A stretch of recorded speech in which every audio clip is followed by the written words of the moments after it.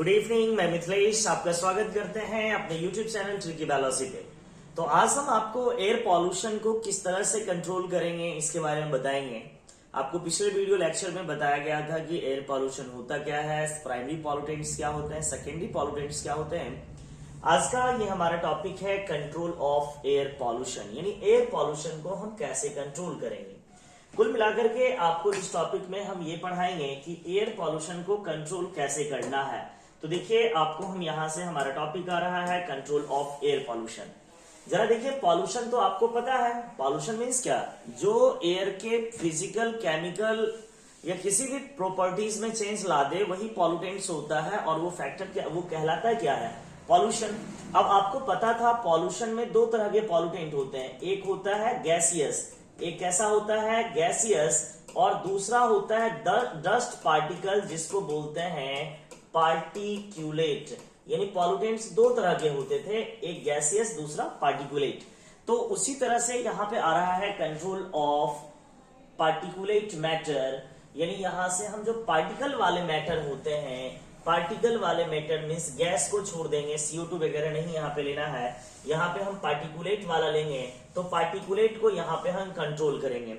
तो पार्टिकुलेट आएगा कहां से पॉल्यूटेंट्स, जैसे देखिए एक फैक्ट्री है, इस फैक्ट्री में मान लीजिए मार्बल की घिसाई हो रही है, तो मार्बल की घिसाई जब होगी तो इससे डस्ट तो यही उड़ेगा ना जी।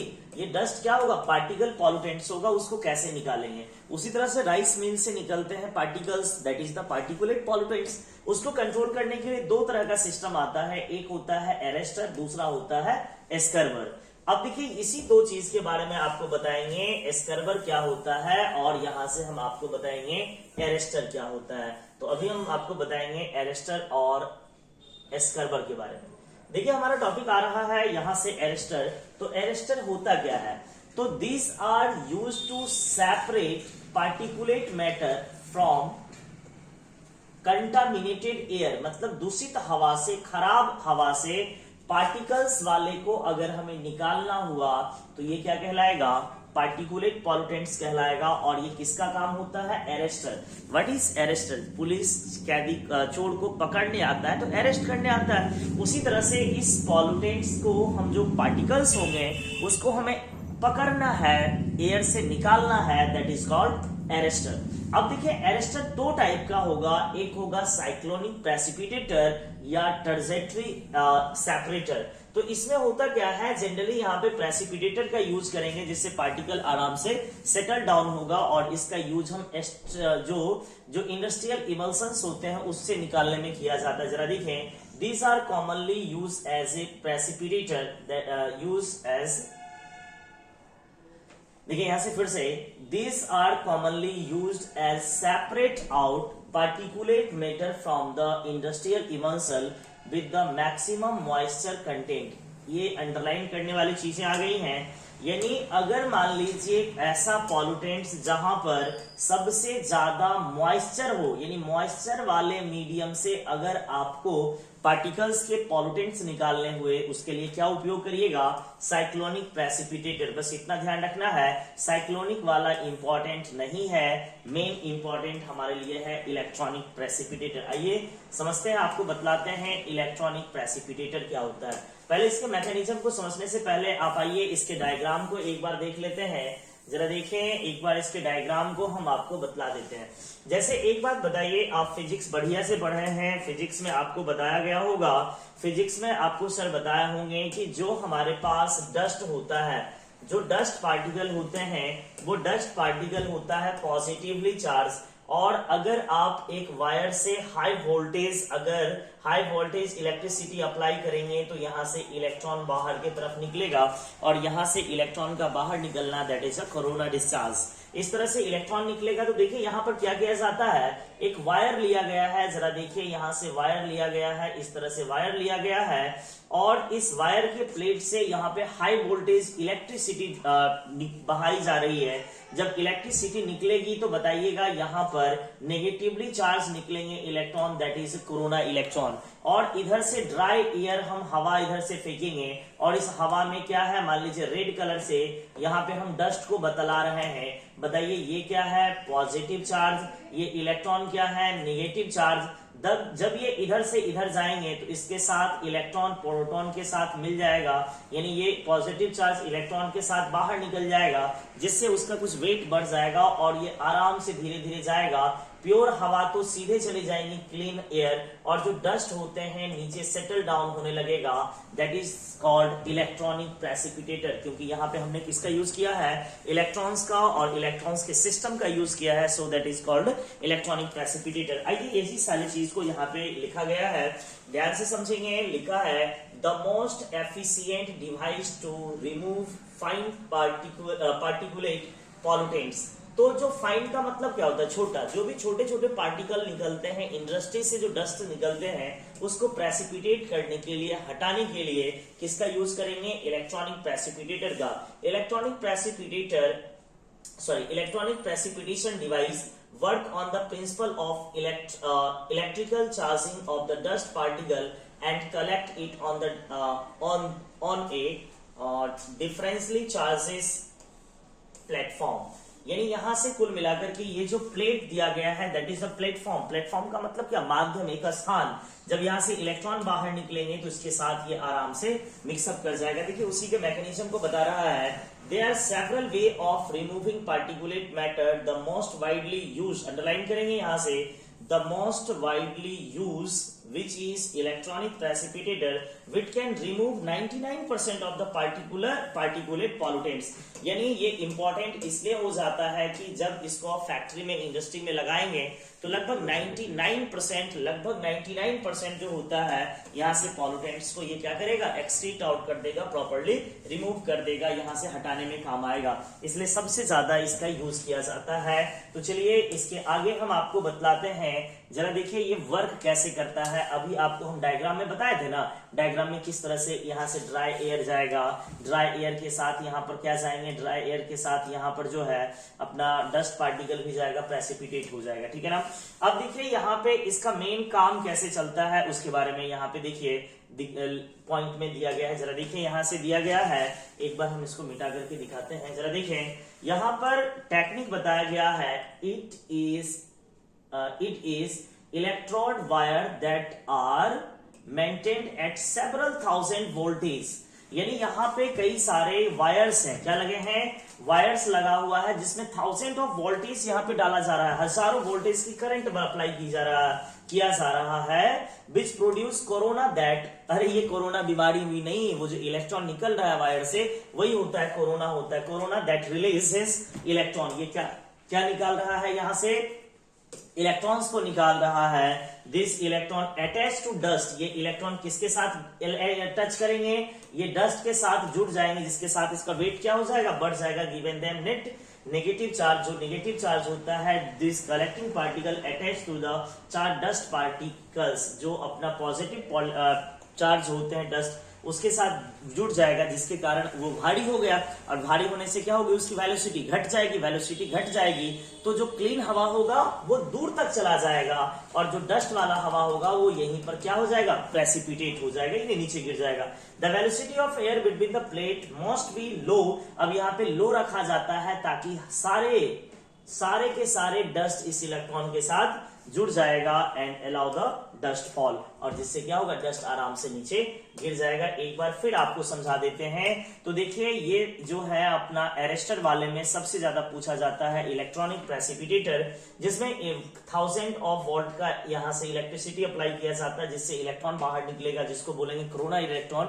और इस कोरोना इलेक्ट्रॉन के साथ डस्ट पार्टिकल जुट करके, जिसका वेलोसिटी कम होना चाहिए यहाँ से, जिससे कि सारे डस्ट पार्टिकल उसके साथ अटैच हो जाएंगे और यहाँ से नीचे गिर जाएगा, जिससे क्लीन एयर क्या हो जाएगा, बाहर चला जाएगा। डायग्राम थोड़ा सा याद रखिएगा, एग्जाम के पॉइंट ऑफ व्यू से इंपॉर्टेंट है। और इसमें सबसे ज्यादा इंपॉर्टेंट पॉइंट है यहाँ से, जो 99% ऑफ पार्टिकुलेट पॉल्यूटेंट्स को ये क्या कर देता है, बाहर कर देता है।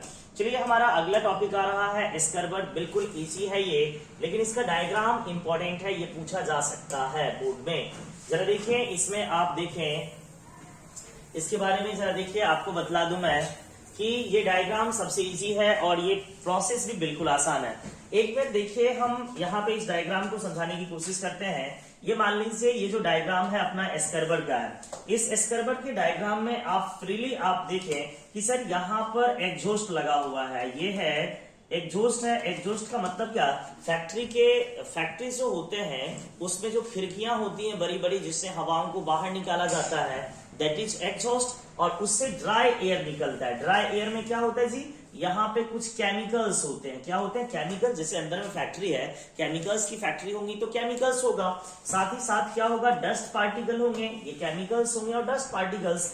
जब इससे यहां से इधर ले जाया जाएगा तो यहां से कुछ ऐसा स्ट्रक्चर बना रहता है जिससे कि ये ऊपर की तरफ हवाएं जाएंगी, नीचे की तरफ हवाएं नहीं जाएगी। और ऊपर से क्या होता है, यहाँ पर एक स्प्रे मशीन लगा होता है और स्प्रे मशीन से यहाँ पे water line spray. What is water line spray, chemistry में आप पढ़े होंगे, जो हम कली चूना होता है, कैल्शियम कार्बोनेट बाइकार्बोनेट जो होते हैं, उसमें पानी मिलाने के बाद जो उसका दूधिया पानी, उजले रंग का पानी मिलता है, उसी को बोलते हैं लाइम वाटर। तो ऊपर से लाइम वाटर का स्प्रे करेंगे। अब लाइम वाटर का स्प्रे करेंगे, उसमें ऑलरेडी केमिकल्स है, तो जो उस केमिकल्स के साथ रिएक्ट करेगा आराम से यहाँ पे जुट करके उसका वेट भारी हो जाएगा। तो देखिए जो केमिकल्स होंगे वो इस लाइम वाटर के साथ रिएक्शन कर लेगा और जो डस्ट होगा, डस्ट भी उस पानी के साथ नीचे आराम से क्या हो जाएगा, नीचे वो भी बैठ जाएगा। इसका मतलब ये हुआ कि दोनों चीज वहां से, एक मिनट मेरे भैया का फोन आ रहा। हाँ भैया क्लास ले रहे हैं, बस 5 मिनट में करते हैं। लीजिए तो फोन आएगा तो भैया को बोल दीजिए क्लास कर रहे हैं। देखिए यहां से क्या होगा, ड्राई एयर नीचे बैठ जाएगा। जो ड्राई एयर है वो पानी के साथ रिएक्ट करके नीचे की तरफ प्रेसिपिटेट हो जाएगा, इस तरह से बैठता चला जाएगा, जिससे क्या होगा, क्लीन एयर यहां से बाहर निकल जाएगा। यानी कुल मिलाकर के आप देखिए ये भी हो गया। तो देखिए ये जो है ये क्या है, एस्कर्बट जो है ये किसके किसके लिए काम कर रहा है, तो भैया ये केमिकल्स को भी हटा देगा और किसको हटा देगा, तो ये डस्ट को भी हटा देगा। तो ये दोनों को हटाने में इंपॉर्टेंट रोल प्ले करता है। A scrubber can remove gaseous like sulfur dioxide in escargot. The exhaust is passed through the spray of water line.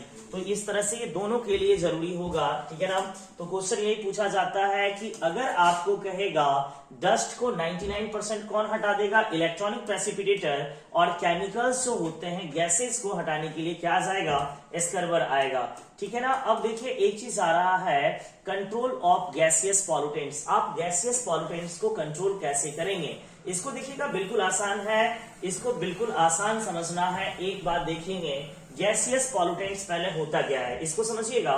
तो इसको समझने के लिए देखिए यहां पे हम आपको समझाते हैं। जैसे हम बताएं अनबर्न, सॉरी यहां से आप देखें अनबर्न हाइड्रोकार्बन। तो जो unburn, what is unburn hydrocarbon, जो जलने से बच गया है कार्बन, वही क्या होगा, अनबर्न हाइड्रोकार्बन। ये अनबर्न हाइड्रोकार्बन आते कहां से जी, तो जो भी अपने पास fossil fuel, what is fossil fuel, तो ये फॉसिल फ्यूल होता क्या, जिसको जमीन की गहराई से हमने निकाला है, पेट्रोल हो, डीजल हो, कोयला हो, वो सारे फॉसिल फ्यूल्स होते हैं। और फॉसिल फ्यूल को हम यूज करेंगे कहां, मोटर बाइक में, मोटर गाड़ियों में यूज करेंगे। अब उससे जो धुआं निकला है, अब देखो जो जल जाएगा उससे तो कुछ नहीं निकलेगा, लेकिन जो फ्यूल जलने से बच गया है वही क्या निकलेगा, धुआं के फॉर्म में बाहर निकलेगा, जिसको बोलेंगे अनबर्न हाइड्रोकार्बन। अगर इसमें इंजन की क्वालिटी में सुधार ला लिया जाए, प्रॉपर उसको ऑक्सीजन दे दिया जाए, तो ये भी जल जाएगा। सिंपल सा एक उदाहरण बताते हैं, गांव में हम लोग लकड़ी वाला चूल्हा यूज करते हैं, उसमें आग जब नहीं जलती है, फ्लेम जब नहीं निकलता है, तो मम्मी दीदी क्या करती है, मुंह लगा के फू करती है। वो फू करने से क्या होता है, उसमें ऑक्सीजन गया, और ऑक्सीजन जब एबंडेंट जाता है तो उसमें फायरिंग होती है, आग लग जाती है। उसी तरह से अगर हमें गैसेस पॉल्यूटेंट्स को कहीं ना कहीं बचाना है, तो हमें ऑक्सीजन के परमानेंट यानी एबंडेंट ऑक्सीजन में उसको क्या करना होगा, बर्निंग करानी होगी, जलानी होंगी, वही सारा चीज यहाँ पे आपको देखिए बताया गया है। चलिए अब हम आपको ये थोड़ा सा समझाते हैं। देखिए यहां पे है कंट्रोल ऑफ गैसियस पॉल्यूटेंट्स। देखिए कंबसन, यानी हम उसको, कंबसन का मतलब क्या, जलाना। अगर हम ऑक्सीजन फुलफिल पूरा रखेंगे, ऑक्सीजन की मात्रा बढ़ा करके रखेंगे, तो बताइए ये अपने आप जलेगा। दूसरा एब्जॉर्प्शन, केमिस्ट्री में आपको बताए होंगे एब्जॉर्प्शन और एक है एब्जॉर्प्शन और दूसरा है एडसॉर्प्शन, दोनों में फर्क है। एब्जॉर्प्शन और एडसॉर्प्शन, दोनों में फर्क सर बताए होंगे। एक बताए होंगे कि सॉलिड पार्टिकल से हटाना है और गैसियस को हटाने के लिए यूज करते हैं। इस तरह के प्रोसेस यूज करके आप आसानी से हटा सकते हैं। तो सबसे पहले कंबसन है, यानी किसी भी हाइड्रोकार्बन को अगर एबंडेंट ऑक्सीजन में इजिली जलाएंगे तो वहां से पूरा जल जाएगा, जिसके कारण वो बचेगा ही नहीं। फिर देखें ये दोनों किसी काम का नहीं है। और ये एब्जॉर्प्शन और एडॉप्शन, ये दोनों आप सर से केमिस्ट्री में आपको सर पढ़ाए होंगे, देख लीजिएगा। अब देखिए एक केस स्टडी है दिल्ली का। It is very very important for the NEET exam but that are not useful in the board exam. Simply 1 and 2 points are useful for Bihar board. तो आप देखें एक चीज बताते हैं, ये केस स्टडी क्या बतला रहा है। एक बात बताइए, हम बताएंगे कि आजादी के बाद लगभग हम बता रहे हैं 90s के लास्ट, 20,000 के लास्ट में, यानी 2000 ईस्वी के अंत में पूरी दुनिया में एक हुआ था, सर्वे हुआ था। और सर्वे में इंडिया का जो पॉल्यूटेड शहर था उसमें 40वां रैंक आई थी, यानी कुल मिलाकर के पूरी दुनिया के पॉल्यूटेड शहर में से दिल्ली 40वें स्थान पर था, यानी पूरी दुनिया में। और भारत की 13 मेगा सिटीज हाईली पॉल्यूटेड था। जरा देखें ये 13 मेगा सिटी कौन कौन है जो बहुत ज्यादा पॉल्यूटेड है। 13 मेगा सिटी जो काफी ज्यादा पॉल्यूटेड है, जरा देखें वो यहां पर नाम दिया गया है। यानी पूरे इंडिया का जो अपने देश का 13 ऐसा शहर है जो काफी ज्यादा पॉल्यूटेड था 2000 के टाइम में। और वो कारण क्या है पॉल्यूशन का? सबसे बड़ा कारण, जहां पे आबादी होंगी, गाड़ियां चलेंगी, जहां पे फैक्ट्रीज होंगी, वहां पर पॉल्यूशन तो होगा। जरा देखिए ये पॉल्यूटेंट वाला 13 शहर कौन सा था? तो 13 most populated cities in India, यानी ये 13 जो है, 13 जो है, ये बहुत ज्यादा पॉल्यूटेड है। दिल्ली एंड एनसीआर, दिल्ली और उसके आसपास के क्षेत्र को क्या बोलते हैं? दिल्ली एंड एनसीआर बोलेंगे, ठीक है ना। ये हो गया, मुंबई हो गया, कोलकाता हो गया, चेन्नई हो गया, बेंगलुरु हो गया, हैदराबाद हो गया, अहमदाबाद हो गया, पुणे हो गया, सूरत हो गया, कानपुर हो गया, आगरा हुआ, सोलेपुर हुआ और लखनऊ हुआ। ये 13 ऐसे शहर थे जो हाईली पॉल्यूटेड थे। देखिए दिल्ली अपनी राजधानी है, उससे जुड़ी हुई जो आगे हरियाणा और यूपी का थोड़ा सा क्षेत्र होता है, यहाँ पे फैक्ट्री ज्यादा है और ये हमारे इंडिया का कैपिटल है। इसका मतलब यहाँ दोनों तो पॉल्यूशन होना है। मुंबई में भी पॉल्यूशन है, कोलकाता में भी फैक्ट्रीज है, चेन्नई बेंगलुरु फैक्ट्री है। अब देखिए आपको मन में आएगा कि आगरा बिहार के बगल वाला शहर है, यहाँ क्या है जी? तो यहाँ भी चमड़ा की फैक्ट्रीज थी जहां से पॉल्यूशन ज्यादा होता था। कुल मिलाकर के ये 13 मेगा पॉपुलेटेड शहर था इंडिया का। अब यहाँ पर जब इतने पॉल्यूशन होंगे तो बताइए पॉल्यूशन को कंट्रोल करने के लिए सरकार कुछ ना कुछ तो नीति बनाएगी।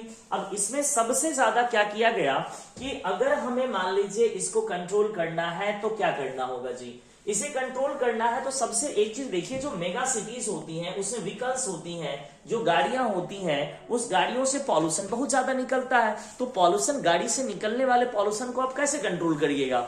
या तो फ्यूल की गुणवत्ता में, फ्यूल जो हमारा हम लोग यूज करते हैं उसमें सुधार लाएंगे, या फिर इंजन में कुछ ना कुछ बदलाव लाएंगे। तो आपने नाम सुना होगा पुरानी मोटर गाड़ी, जो पुराने फिल्मों में आप देखते होंगे, एम्बेसडर कार। अभी भी स्टेशन के पास आपको एम्बेसडर कार मिल जाएंगे। उसके पीछे आप लिखा हुआ देखिएगा यूरो, एक टर्म आप लिखा हुआ देखेंगे। देखिए जैसे यहाँ पे यूरो लिखा गया है, इसी तरह का आप देखेंगे EURO लिखा हुआ, और यूरो लिखा होगा। वो यूरो क्या बता रहा है? इंजन की गुणवत्ता को बता रहा है, इंजन की क्वालिटी को बता रहा है। तो देखिए पहले जो हम लोग यूज होता था गाड़ी अपने यहाँ, वो यूरो करके यूज होता था, क्योंकि ये एक इंटरनेशनल ट्रेडिंग थी, इंटरनेशनल मार्किंग थी गाड़ी की। लेकिन बाद में इसी का नाम बदल दिया गया BS। इसी को क्या कहा गया? BS कहा गया। तो BS भी क्या है? इंजन की क्वालिटी को रिप्रेजेंट करता है। अब भारत ने कहा भैया भारत हम अपना नाम देंगे, क्यों यूरो यूरो लगा के रखेंगे? तो इंडिया ने क्या किया? उसी यूरो को क्या कर दिया?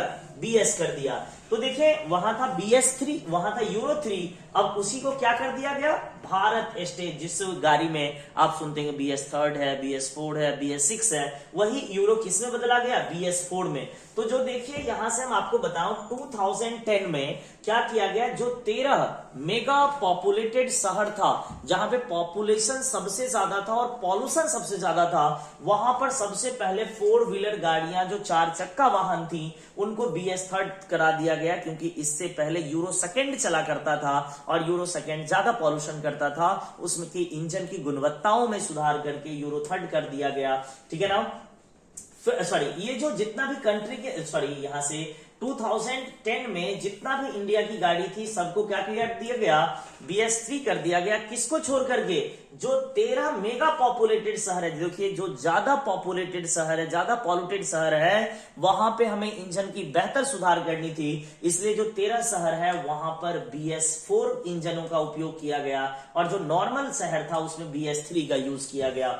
उसी तरह से आप देखें यहाँ पे 2000 अक्टूबर में, यानी 2010 अक्टूबर में क्या किया कर दिया गया, पूरे एक लाइन में हम आपको सिमटा करके बताते हैं। क्या सिमट का करके बताएंगे, तो देखिए एक लाइन में आपको सारा याद हो जाएगा। याद ये रखना है कि 13 जो मेगा पॉपुलेटेड शहर है उसमें क्या किया गया, अप्रैल 2010 में, कब, अप्रैल 2010 में इंडिया के 13 पॉपुलेटेड शहर को, पॉल्यूटेड शहर में जो इंजन थी उसको BS4 कर दिया गया। बाद बाकी बचा हुआ शहर में जो भी गाड़ी था, चाहे 2 व्हीलर था, 3 व्हीलर था या 4 व्हीलर था, उसको अक्टूबर 2010 में सबको क्या कर दिया गया, सबको BS3 कर दिया गया। तो आराम से याद रख लीजिएगा, जो 13 मेगा पॉल्यूटेड शहर थे उसमें अप्रैल 2010 में BS4 अप्लाई कर दिया गया और बचा हुआ जो भी शहर था इंडिया का सभी में 2 व्हीलर, 3 व्हीलर और 4 व्हीलर को BS4 कर दिया गया।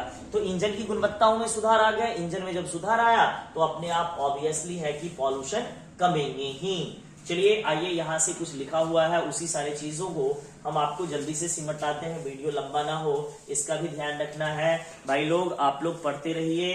ये जो हमारा एग्जाम है ना शानदार, ये लोग कहेंगे कि एग्जाम का डेट बढ़ेगा, वो सब कुछ नहीं होने वाला। 5 मिनट में आपको हम ये दोबारा एक बार दिखा देते हैं। तो देखिए यहाँ पे है, the government of India through new auto fuel policy has laid out to redem to cut down the vehicle pollution in India, in Indian city। यानी क्या करना है, इंडिया के सिटी में, इंडिया के शहरों में जो पॉल्यूशन होता था उसको कंट्रोल करने के लिए फ्यूल पॉलिसी लाया।